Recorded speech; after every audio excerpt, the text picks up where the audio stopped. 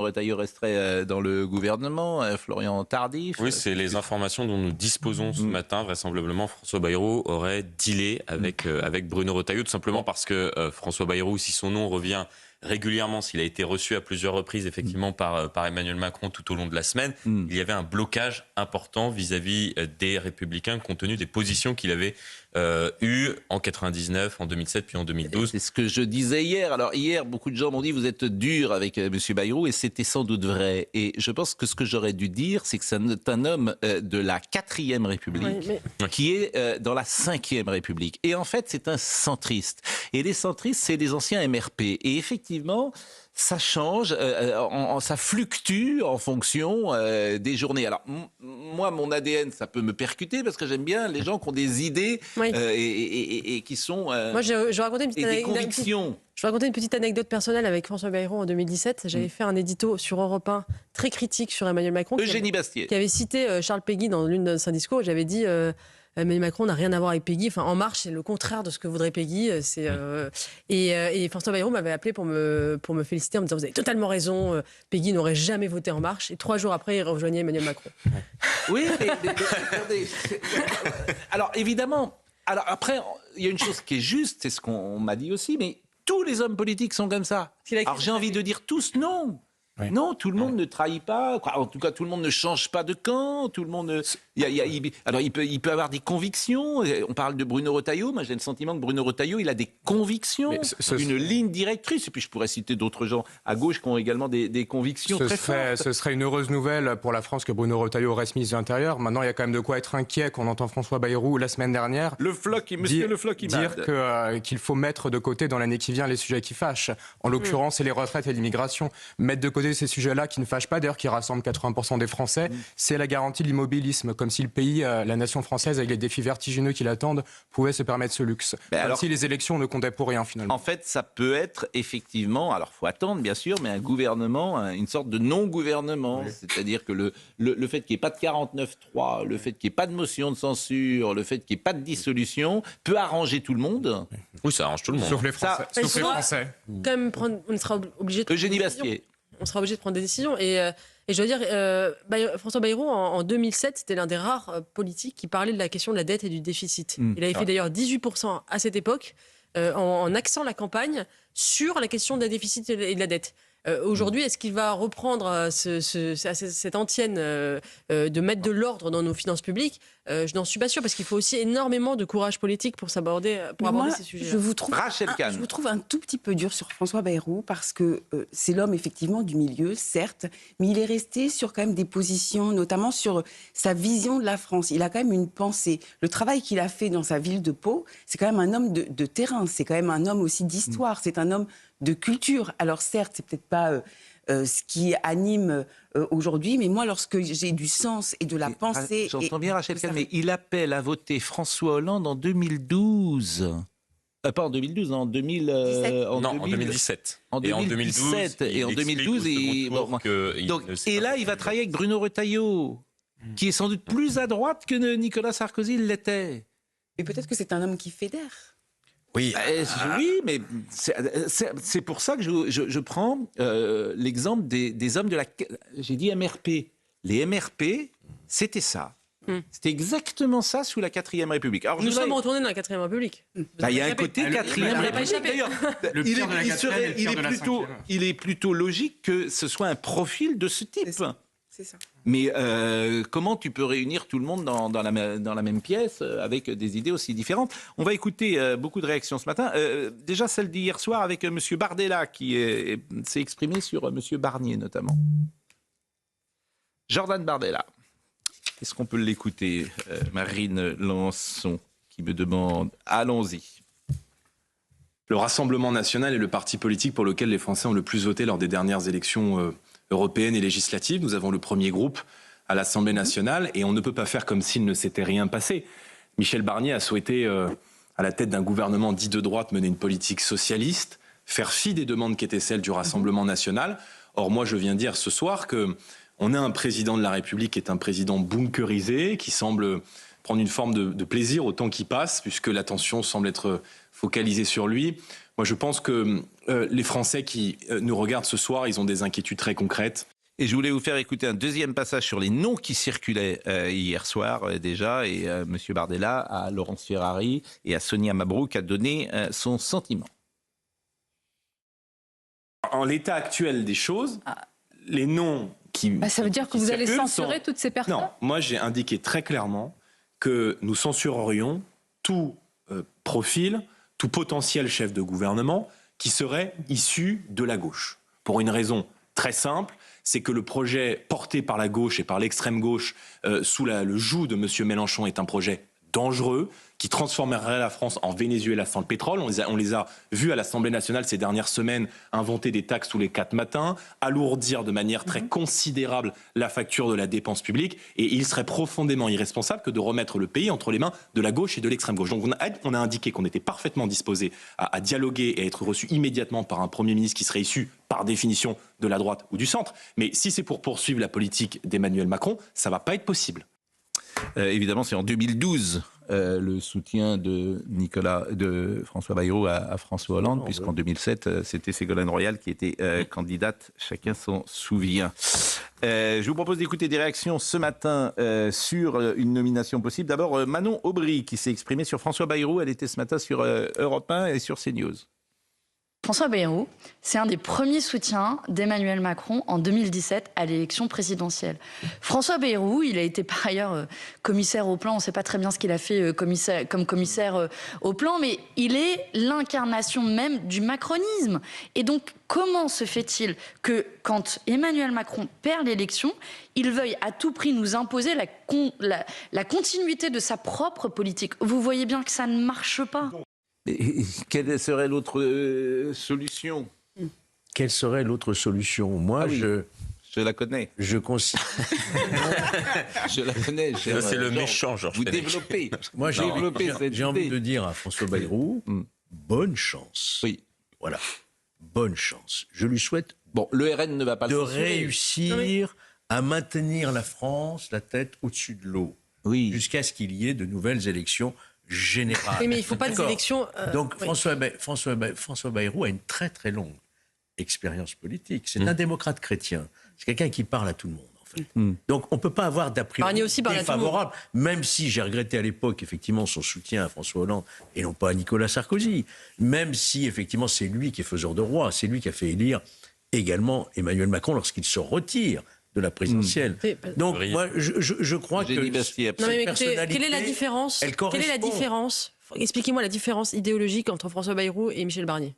Ils se sont tous les deux des centristes, libéraux, européens, vaguement peut-être avec un petit tropisme à droite. Quelle est la différence? Le terrain. Oui. Le terrain. Mais Michel Barnier était un homme de terrain. Il a été très... Oui, mais on sait très bien que Michel Barnier est tombé par manque de souplesse avec le Rassemblement national. Vous voyez que François Bayrou va accéder à toutes les demandes de Marine Le Pen? Je pense qu'il peut être... en tout cas, il tirera les leçons oui, il va indexer les retraites sur RN. l'inflation. La France avancera d'un grand pas, franchement. Mais non, mais ce que je veux dire, c'est que la situation est totalement bloquée. Elle ne peut être débloquée. Alors, ce qu'il faudrait, c'est, à mon avis, c'est un gouvernement technique qui tienne jusqu'aux prochaines législatives. Des législatives avec une proportionnelle qui changerait un peu la donne. Mais la première chose qu'il va dire...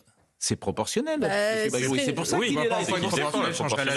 En fait, pourquoi il va rallier les suffrages et pourquoi personne? Quand je dis ces petits arrangements avec entre amis, c'est ça la 4ème République. C'est je te donne la proportionnelle. On va être au cœur de ça. Le PS ne votera pas la censure parce qu'il y aura la proportionnelle. Donc le PS peut se détacher d'LFI.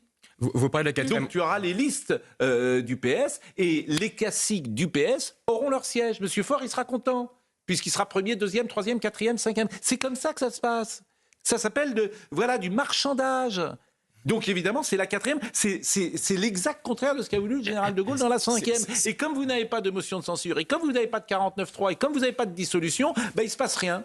C'est la 4ème République plus le pire de la 5ème République dévoyée, à savoir l'obsession égotique du coup d'après avec chacun qui pense à 2027. Sauf si on mettait une prime majoritaire et avec une proportionnelle avec prime majoritaire. Qui n'est pas très consensuel en dehors du Rassemblement national aujourd'hui. Mais ce serait sans doute souhaitable en effet. Autre réaction ce matin que je vous propose d'écouter, Stéphane Troussel. Stéphane Troussel sur Non, sur M. Cazeneuve. Pourquoi écouter M. Troussel?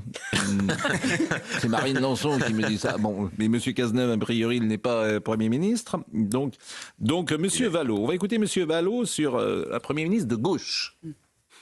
On l'a exprimé clairement auprès du président de la République, un Premier ministre de gauche ouvert au compromis, qui répondent aux urgences des Françaises et des Français, parce que c'est au fond c'est la seule chose qui est importante, c'est qu'est-ce qu'on apporte comme réponse concrète aux difficultés de la vie quotidienne et aux urgences des Françaises. Alors, si le Premier ministre n'est pas de gauche, les socialistes ne rentreront pas au gouvernement. Mais en revanche, pas automatiquement. En revanche, nous aurons besoin, sans aucun doute, de trouver un chemin de compromis. Nous voulons un Premier ministre de gauche ouvert au compromis. Mais la question qui se pose aujourd'hui beaucoup... compromis. En fait, cette question-là, il faut la poser en particulier au Bloc central qui, depuis des semaines, n'a été que dans la défense du bilan, tout le bilan, rien que le bilan d'Emmanuel Macron. On l'a vu encore, d'une certaine manière, dans les discussions hier au sujet de la loi spéciale. On a besoin de bouger, on a besoin de se poser la question de l'intérêt des Français. L'intérêt des Français. Il est où l'intérêt des Français? L'énorme problème, Vallaud. Pascal, Eugénie dans la pièce, c'est le Front républicain. Le Front républicain est une énorme arnaque électorale qui fait qu'on est aujourd'hui bloqué. Ils ont fait une alliance électorale qui ne s'est pas traduite en alliance gouvernementale. La logique, ce serait que les macronistes gouvernent avec l'extrême gauche, avec qui ils se sont alliés pendant les élections. Ils ne veulent pas le faire, c'est de l'hypocrisie. Et dans un pays normal, soit il y aurait le centre qui gouvernerait avec l'extrême gauche, parce qu'ils ont été alliés pendant les élections, soit il y aurait la droite et l'extrême droite qui gouverneraient ensemble. Il y aurait un gouvernement avec M. Retailleau et des gens du RN. Ils n'ont aucune différence idéologique majeure entre eux, à part sur la question économique. Allez expliquer ça à Georges Fenech. C'est juste qu'on vit dans un monde... Allez expliquer à Georges Fenech que Bruno Retailleau doit travailler avec M. Chenu. Ce Front républicain, c'est ça qui pourrit la Ve République. Vous êtes en train de détruire la Ve République à cause du Front républicain. Parce que un système majoritaire ne fonctionne pas quand 30% de l'électorat est marginalisé. Allez expliquer. Mais je suis en train de l'expliquer. Bah oui, mais il est buté là-dessus, il n'a pas compris, il est en 1900. C'est ça qui pour lui, voilà. Ça peut pas, le Front républicain, le camp sanitaire, il peut marcher quand il y avait 10-15% du RN, mais quand c'est 30%, 35% de l'électorat, ça casse le système. Le système, il est bloqué. Ça s'appelle le programme commun de la droite. Voilà, mais il va vous expliquer que le FN a été fondé avec des Waffen-SS, donc je le connais, Georges Fenech. Le pays restera bloqué tant qu'il y aura une marginalisation comme ça du RN. Mais Georges, il s'en fiche. Ça y est, vous avez fini. Vous pouvez répondre, monsieur Fenech. Là, les tirs croisés. Vous pouvez répondre. Répondez. Mais répondez. À répondre. Qu'est-ce que vous voulez que je réponde à ce que vous venez de dire? Argumentez. C'est un vrai débat. C'est un vrai débat, le programme commun de la droite. J'appartiens à une famille d'essence gaulliste. Ça n'a pas de réponse. Ça ne veut rien dire. Voilà, donc j'ai mené mes campagnes à l'époque. Voilà. Et aujourd'hui, vous voulez me dire, mais il faut rallier. Non. Je dis pas rallier. Je dis pas rallier. Je dis pas rallier. D'essence gaulliste aussi. En fait, vous êtes prêt à toutes les alliances, vous, sauf avec le Rassemblement national. Non, mais moi, je ne fais pas de jugement de morale vis-à-vis du Rassemblement national, qui n'est plus le Front national. Je dis simplement que je ne me reconnais pas, notamment dans sa politique économique. Oui, pas du tout. Droit. Pas du tout. Mais personne ne vous demande de voilà, non, mais vous dites, allez-y, faites. On n'en est pas là. Bon, juste le blocage du pays naît de ça. En tout cas, la proportionnelle, c'est pas la Ve République. Donc vous avez un président de la République qui va terminer son deuxième mandat avec la proportionnelle, c'est formidable. Oui. C'est vraiment formidable. C'est-à-dire qu'il y aura, je veux dire, la Ve République, c'est la seule chose à peu près qui tenait debout, la Ve République. Eh bien, elle sera par terre. Oui. Donc, elle est déjà par terre. Oui, c'est entre les pouvoirs exorbitants pris par la Commission européenne, le gouvernement des juges et le quinquennat qui a neutralisé le Parlement, elle était déjà bien abîmée. Bon, est-ce que je peux vous faire écouter? Alors, effectivement, Marine Lançon me disait qu'on peut écouter M. Troussel parce que c'est un porte-parole du PS et effectivement, l'hypothèse Cazeneuve existe quand même. Oui. Donc, je vous propose d'écouter M. Troussel. Je suis socialiste et Bernard Cazeneuve, chacun connaît son parcours, chacun connaît les valeurs qui sont les siennes. Alors qu'est-ce que ça veut dire? Pour vous, il est de gauche? Mais oui, il est de gauche, bien évidemment. Et donc que nos partenaires n'aient pas la même conception sur ce sujet, c'est quand même. Mais attendez, c'est à la fois c'est leur problème et puis par ailleurs... Le vôtre aussi. Mais attendez. Par ailleurs, bien évidemment, il faut bien reconnaître que dans la coalition à la fois à laquelle nous avons participé, le Nouveau Front Populaire, et qui a été placé en tête, Bernard Cazeneuve n'y a pas pris sa part. C'est un fait également. Donc que ça suscite une appréciation différente de la part de nos partenaires, il faut l'admettre. Bon. C'est très intéressant. Rachel Kahn. Non, mais c'est très intéressant parce que ça montre exactement le contexte dans lequel nous sommes lorsqu'un nom sort. Et là, en plus, Bernard Cazeneuve, qui est quand même quelqu'un de remarquable, notamment sur les fondamentaux, notre devise républicaine, un nom sort, il faut à tout prix dézinguer ce nom. C'est vraiment insupportable. Moi, je trouve que cette manière, ce comportement, ces méthodes politiques qui normalement devraient être motrices de la réconciliation entre les Français, ils ne sont pas à la hauteur de nos enjeux, véritablement. Alors, je vous propose peut-être un dernier intervention. C'est Thomas Cazeneuve. Cette fois, il est député Ensemble Cazenave. Thomas Cazenave, il est député Ensemble pour la République et il parle du Premier ministre qui dépendrait du Rassemblement national. Moi, je ne souhaite pas qu'on dépende du Rassemblement national. Je ne souhaite pas qu'on négocie avec le Rassemblement national. Moi, je considère qu'ils sont légitimes, les députés du Rassemblement national. Il n'y a pas de problème avec ça. Ils ont été élus par les Françaises et les Français. C'est des adversaires politiques.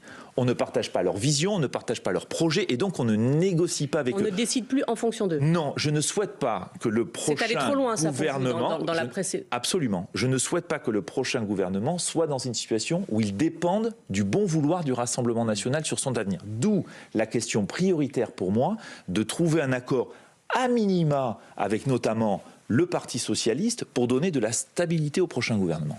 Alors, les 2 prochaines années, moi je vous le dis, scénario possible.